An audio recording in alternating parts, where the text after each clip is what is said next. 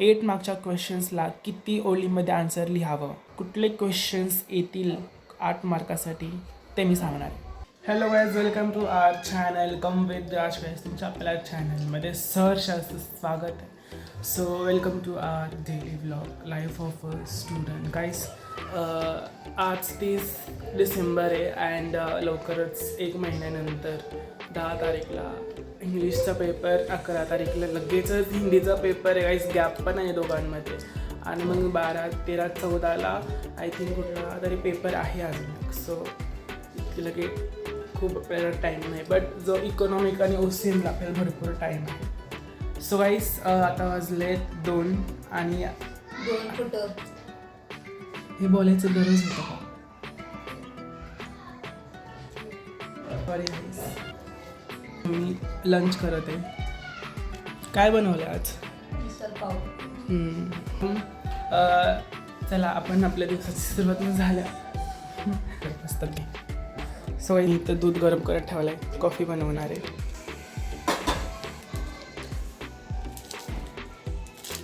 तर आज तुम्हाला मी सांगणार आहे की OCMचा इम्पॉर्टंट क्वेश्चन.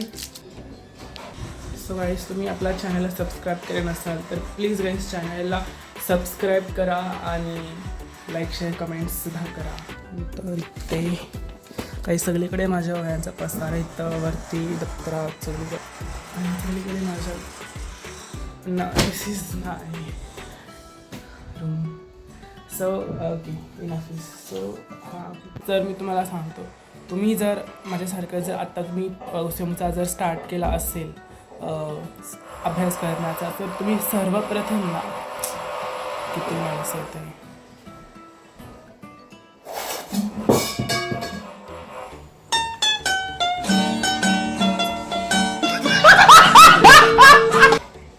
मला पडदा लावायचं.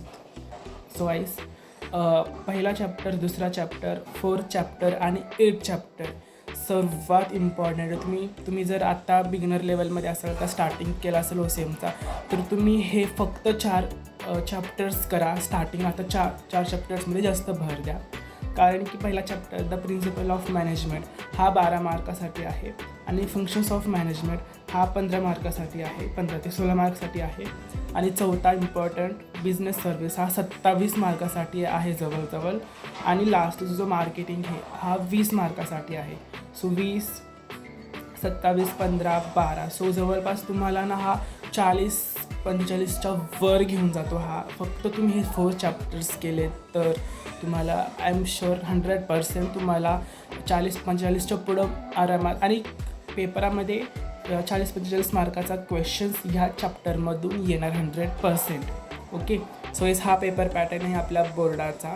इथं तुम्हाला इथं तुम्हाला दिसेलच. अँड ऑब्जेक्टिव्ज 20 मार्काचे तुम्हाला सगळं माहितीच आहे. बट जो हा लास्ट क्वेश्चन आहे मित्रांनो, question number 8, answer the following, हा क्वेश्चन हा खूप महत्त्वाचा आहे. म्हणजे टॉपर्स जे आहेत ना, हे हा 8 क्वेश्चन्समध्येच डिसाईड होते. आपल्याला हा 8 क्वेश्चनमध्ये ना 2-3 क्वेश्चन्स देतील, जास्त नाही देत. आणि त्या 2-3 क्वेश्चन्सपैकी फक्त एकच अटेंड करायचं असतं, विच इज फॉर 8 मार्क्स. तर ते कुठले क्वेश्चन्स असतात? सगळे चॅप्टर्स करायची काहीही गरज नाही आहे. 8 क्वेश्चन नंबर 8साठी सगळ्या क्वेश्चनची काही गरज नाही.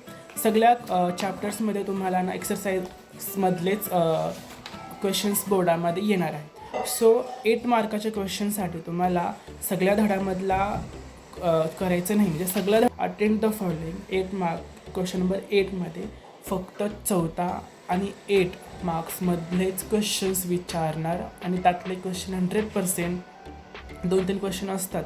त्या 2-3 क्वेश्चनमध्ये 2 क्वेश्चन तर 4 चॅप्टर आणि 8 चॅप्टर्समधलेच 100% असले. आता फायनल कुठले क्वेश्चन्स येणार क्वेश्चन नंबर 8मध्ये सर तुम्ही तुम्हाला सांगतो. तर first, what is insurance, explain principle of insurance. हा क्वेश्चन इम्पॉर्टंट आहे, हा क्वेश्चन येतील. किंवा define bank, explain different type of banks. म्हणजे बँक म्हणजे आता काय, आता 8 मार्क्सचा क्वेश्चन्स आहे. 8 मार्क्सच्या क्वेश्चन्सला किती ओळीमध्ये आन्सर लिहावं. तर गाईज, हा 8 मार्क्सचा क्वेश्चन जो आहे ना, तो कमीत कमी तुम्हाला बोर्डाच्या 2 पेज भरायचा आहे. आणि ते पण नुसतं तुम्हाला असं लिहायचं नाही, तर तुम्हाला थोडासा डायग्राम बनवायचा आहे. लाईक आता व्हॉट इज अ इन्शुरन्स आणि एक्सप्लेन प्रिन्सिपल ऑफ इन्शुरन्स. आता पहिलं तुम्ही काय लिहिणार, डेफिनेशन लिहायचं. इन्शुरन्स म्हणजे काय, नेमकं काय असतं, त्याचं मिनिंग आणि डेफिनेशन लिहायचं. आणि these are the following principle of insurance हे लिहून डायरेक्ट तुम्हाला एक्सप्लेन नाही करायचं. तुम्ही डायग्राम बनवू शकता की टाईप ऑफ इन्शुरन्स, सो त्याच्यामध्ये किती टाईप्स आहेत ते लिहून आणि मग तुम्ही स्टेप बाय स्टेप त्याला एक्सप्लेन करायचं. म्हणजे काय, जागा पण कमी घेणार आणि तुम्हाला एक्झामिनरला वाटणार की तुम्ही जास्त लिहिले, म्हणजे गुड इम्प्रेशन पडतं एक्झामिनरमध्ये. तेव्हाच तो तुम्हाला बोर्डामध्ये काय करतात की ते मार्क कमी करायचं चेक करतात, कारण की त्यांना पूर्ण जिल्ह्यामधून एक टॉपर करायचा. जेव्हा डायग्राम पण लिहिणार सोबत, डायग्राम करून एवढं बनवून जेव्हा तुम्ही लिहिणार ना, तेव्हा एक्झामिनरला गुड इम्प्रेशन पडतं. आणि हे सगळे क्वेश्चन्स असेच असतात, what is that and explain what is the type of that. So असे प्रकारचेच क्वेश्चन्स येतात, तर तुम्हाला त्याचं मिनिंग डेफिनेशन लिहायचं. What is warehouse, explain the different type of functions, warehouse functions हा वाला येते. हे झाले 4th चॅप्टर. आणि what is a road transport and explain the advantage and disadvantage. आता हा क्वेश्चन पण खूप छान आहे, तुम्ही लिहू शकता. Road transport explain in detail 7 piece of market किंवा explain in detail 4 piece of marketing. हा इम्पॉर्टंट आहे, या दोघांपैकी एक आय एम शुअर येऊ शकतं. And explain in detail the concept of market. Different types of market in डिटेलमध्ये explain करायचं आहे. मार्केट म्हणजे काय, जास्तीत जास्त तुम्ही ना 4 चॅप्टरमधला आन्सरचं फॉलोइंग आहे ना, हा करा जो मी सांगितलं क्वेश्चन, कारण की ते सोप्पं आहे, इझी टू अंडरस्टँड आहे. तुम्ही आपल्या भाषेत पण थोडंफार लिहू शकता, काही हरकत नाही. OCMमध्ये पण आपल्या भाषेत लिहू शकतो, इकोसारखं नाही, इकॉनॉमिकच्या भाषेतच लिहावं, आपल्या भाषेत पण लिहू शकतो. आपल्याकडे OCMच्या पेपरसाठी. सो तुम्ही आतापासून स्टार्ट केलं तर तुम्ही नक्की आय एम शुअर टॉप कराल. मी टॉप करण्याच्या बेसिसमध्येच तुम्हाला सांगत आहे, पासिंग पुरतं सांगत नाही आहे, कारण की मला पण टॉप करायला. दिवस डेली लाईफ कसं चाललं आहे. वरती कॉफी बनवली तर आणलंच नाही, ते मला अशी कॉफी बनवली तर आणलंच नाही, तसंच थंड. की त्याला पहिलं कॉफी पिऊ आणि त्याच्यानंतर मग सगळ्याच. अजून पण तुम्ही सिरियस झालेले नसाल तर हा टाईम आहे आता सिरियस व्हा आणि अभ्यास करायला. ते पुढं पछतावा रिग्रेट होईल की जो काही बेनिफिशियल नाही. त्याचा आज जेवणामध्ये मिसळ पाव आहे, मटकी, फरसाण, लिंबू बिंबू, कांदा मिंदा मस्त बनवलेले. गाईस लुक ॲट माय गिटार.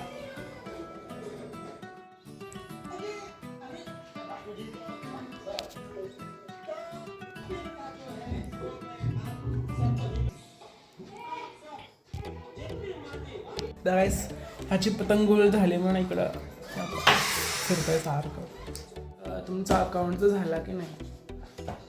माझा झाला आहे अकाउंटचा, फायनली सगळा झाला. मला सांगा, माझा पहिला चॅप्टर, दुसरा चॅप्टर झाला, रिटायरमेंट झाला, अजून रिटायरमेंट झाला आणि डेथ झाला, डिझोल्युशन झालं आणि इश्यू ऑफ शेअर झाला. हे झालं माझ्या अकाउंटचं. OCMचं पण माझं पहिला चॅप्टर झालं, दुसरा चॅप्टर झालं, चौथा पण झाला बऱ्यापैकी. आता मी 8वाला गाईस. आज आमच्या शाळेमध्ये चंद्रकांत दरोडे प्राथमिक व माध्यमिक विद्यालय इथे गॅदरिंग आहे. तिकडे जाण्यासाठी आभार. बॅड लक नाही जाऊ शकत आहे. आमचे कोणी फ्रेंड्स येणार नाही म्हणून. सगळे फ्रेंड्स सर्कल चालेत स्कूलमधले, मग ही पण जाणार आहे मस्त आवडते. आमचं 12वी चालेल म्हणून कोण काय जाणार नाही बाई. मला पण जायचं होतं स्कूलला भेटायला. आमचे प्राथमिकचे शिक्षक खूप चांगले. माझं माध्यमिक म्हणजे की 10वी मी ना नाईट स्कूलला होतो, आबासाहेब अत्रे रात्रप्रशाला, रास्तापेठ, सोमवारपेठमध्ये, रास्तापेठ रोड, 15 ऑगस्ट चौकात. आणि मला तिथे पण खूप छान शिक्षक भेटले. त्यांचं पण गॅदरिंग त्या परवाच झालं होतं, तिथं पण मी नाही जाऊ शकलो. अपर्णा मॅम आणि उषा कोल्हे मॅम, आणि खूप मिस करते मी तुमच्या सगळ्यांना. स्कूलला ऑफकोर्स स्कूलला सगळ्यांना मिस करतात. काही मॅगी ठेवलं इथं, मिसल पाव सोडून मॅगी. मला नाही आवडत मिसळ पाव. मला पण आवडतं मॅगी, पण मिसल पाव आहे, मी मॅगी नाही खात. झालं का नाही आवरून? मग कोणासोबत? काकूचं झालं का आवरून? कशाने चालले? आता मी माझ्या मैत्रिणीसोबत चालले आणि मग येताना काकू सोबत. आता काहीच पण निकिता अजून आवरली नाही. करूया. किती वाजता गॅदरिंग? 5 लेके मग नगर टीचरला आपण भेट, बागा टीचरला पण भेट. नीता माहिती सुट्टे मॅम आहे का अजून? नाही आहे वाटतं. नाहीये. अरे 2-3 टीचर रिटायर झाले. बट गायकवाड मॅम आणि नगरी टीचर आणि बागाल मॅम आहेत अजून. त्यांना भेट. सर सुद्धा आले प्राथमिकला. एवढे सारे नवीन टीचर आले ना. पण आपले जुने बेस्ट गोल्ड. आणि आमची शाळा जुनीसारखी राहिली पण नाही. खूप बदलली, खूप चेंज झाली. ड्रेस कोड पण चेंज झाले आणि खूप चेंज झाला. आमच्या वेळेस फक्त गोल्डन होतं तेव्हा. बरं मॅम सांगा भेटून मस्त फोटो बिटो पण काढ. मी असलं तर काढलं असतं. मग आम्ही काय तसंच येणार आहे का? प्राथमिकचं बोलते मी. पवार सर. हा प्राथमिक पण माध्यमिक पण. अरे मिस मला जायचं होतं. मला आठवते माझ्या गॅदरिंगचे दिवस. माझं सुद्धा आठवायला लागलं. आम्ही प्रॅक्टिस करायचं. काय किती मज्जा यायची. आमच्या लई मज्जा. असं वाटतं की परत स्कूलमध्ये जावं आणि आमची गॅदरिंग असते. आता मॅगी पार्टी चालू. 31 डिसेंबरचं काय प्लॅन आहे उद्याचं? मस्त खायचं 31 डिसेंबर पण काही नाही यार. साऊंड लावायचं. पहिलं पहिलं किती काहीच मस्त नाही. मजा यायचं. आता नाही काही असं. आता काहीच नाही. सगळे आपल्या सो गाईस 5:30 वाजलेत आणि आता माझं lunch misal pav. So guys मला ना मिसळ पाव संग खायला आवडत नाही, चपाती संग आवडतं. पावभाजी पण मी चपाती संगच खातो. सो गाईस संध्याकाळचा चहा आणि बिस्किट हे खाऊन आपला हा ब्लॉग मी एंड करतो आणि भेटवतं पण आपल्या नवीन व्हिडिओमध्ये. तोपर्यंत जय हिंद, जय महाराष्ट्र.